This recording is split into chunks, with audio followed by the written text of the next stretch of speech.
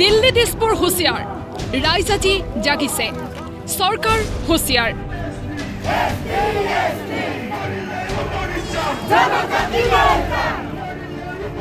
এই শ্লোগানেৰে উত্তল চিলাপথাৰৰ ৰাজপথ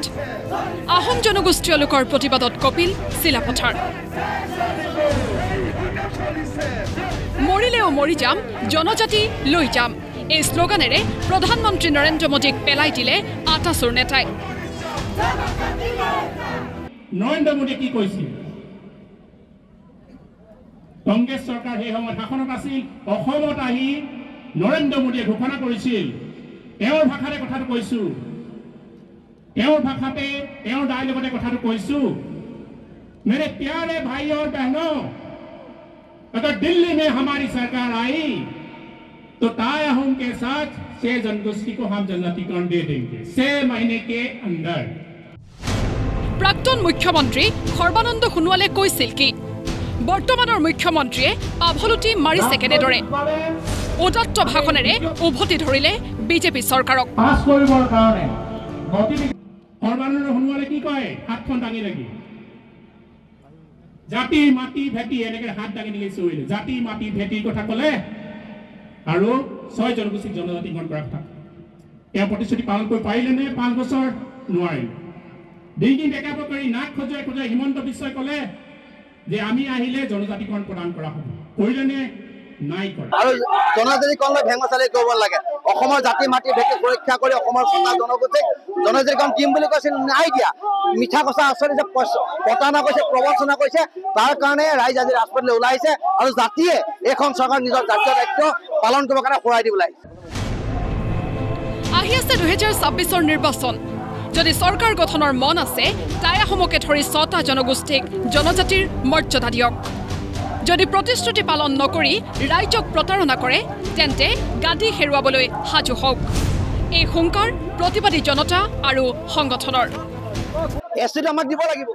দিম বুলি প্ৰতিশ্ৰুতি দিছে কৈছিল বাস্তৱসন্মত দাবী বিজ্ঞানসন্মত দাবী সাংবিধানিক দাবী গৰে দাবীটো বাস্তৱ ৰূপ দিম বুলি কৈছিল দিয়া নাই তাৰ কাৰণে প্ৰতিবাদ যদি নিদিয়ে অসম উত্তাল হ'ব আৰু এখন চৰকাৰে নিজৰ জাতীয় দায়িত্বটো যদি পালন নকৰে জাতিক প্ৰতাৰণা কৰে প্ৰবঞ্চনা কৰে তাৰ ফল 26 নিশ্চিতভাৱে পাব কিন্তু এনেদৰে আমি দেখিছো দশক পাৰ হৈ গৈছে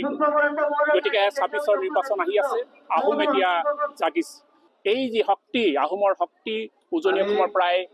43টা সমষ্টিৰ ভিতৰত 25টা সমষ্টি আহোমৰ ভিতৰত অঞ্চল এই কেইটাত যদি আমাক আগন্তুক দিনত 6 জনগোষ্ঠী জনজাতিকৰণৰ যি প্ৰক্ৰিয়া সেই প্ৰক্ৰিয়াত যদি আহোমসকল জনজাতিকৰণ নকৰে তেতিয়াহ'লে 25 চনৰ 26 চনৰ ইলেকশ্যনত এই 25টা সমষ্টিত কিন্তু তেওঁলোকে হাৰিবলৈ বাধ্য হ'ব আৰু তাই আহোমসকলে তেওঁলোকক হৰুৱাবলৈ বাধ্য হ'ব 2024 চনত যি লোকসভা নিৰ্বাচন হৈছিল তাত কিন্তু যোৰহাট সমষ্টিত তেওঁলোকক আহোম জনতাই পৰাভূত কৰিছিল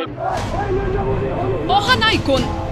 আহিছে পুৰুষ আহিছে মহিলা ডেকা বুঢ়া সকলোৱে সাব্যস্ত কৰিছে প্ৰতিবাদ মাথো লাগে জনজাতিকৰণ লাগে স্বায়ত্ত শাসনৰ ব্যৱস্থা লাগে ভূমিপত্ৰৰ অধিকাৰ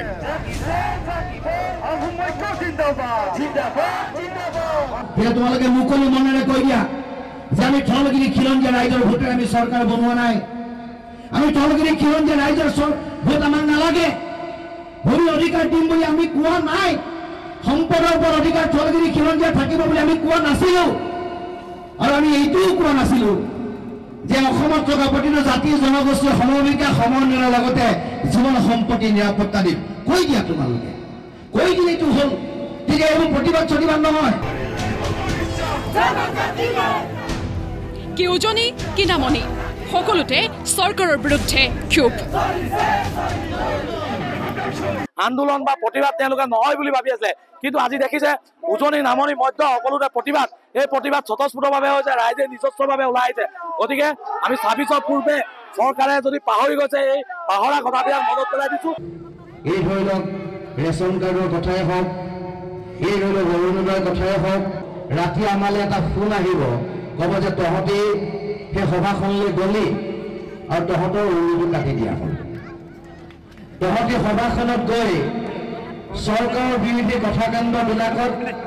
একত্ৰিত হৈ আমাৰ বিৰুদ্ধাচৰণ কৰিছে গতিকে অৰুণোদয় তহঁতি নাপাবি চাউল তহঁতি নাপাবি, চেনি তহঁতি নাপাবি, আৰু তোক যিটো কাম দিয়া হ'ল কামটো আজিৰ পৰা তোৰ নহয়, মই আমুকক দি দিলোঁ। এই ধৰণৰ এটা চিন্তাই